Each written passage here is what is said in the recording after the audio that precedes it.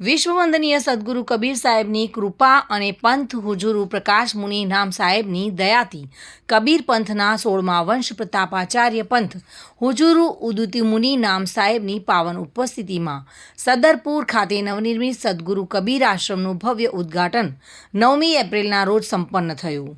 સદગુરુ કબીર ધર્મદાસ વંશાવલી મિશન દ્વારા આયોજિત સદગુરુ નવોદય યાત્રા અંતર્ગત ગુજરાત પધારેલા પંથ હુજુરુ ઉદિત મુનિ નામ સાહેબનું અનેક સંતો, મહંતો અને ભાવિકોએ ઉષ્માભર્યું સ્વાગત કર્યું હતું.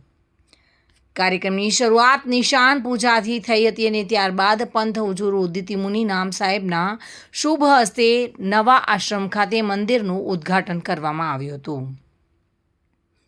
આ પ્રસંગે ઉપસ્થિત સંતો અને ભક્તોએ પ્રવચનનો લાભ લીધો હતો. ગુરુજનોના આશીર્વાદ મેળવ્યા.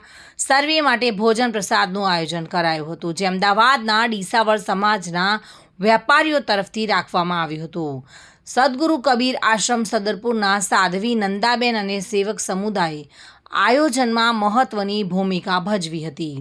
આ પ્રસંગે સાધ્વી નંદાબેન સદરપુર, ઘુઘજી સરપંચ, માણેકપુરા રસિકજી ઠાકોર, માજી સરપંચ દિનેશભાઈ દવે અને પાનસિંહજી સોલંકી સહિત મોટી સંખ્યામાં કબીરપંથી ભક્તો ઉપસ્થિત રહ્યા હતા. ચિરાગ શ્રી માળી સાથે bureau report, today Gujarati news.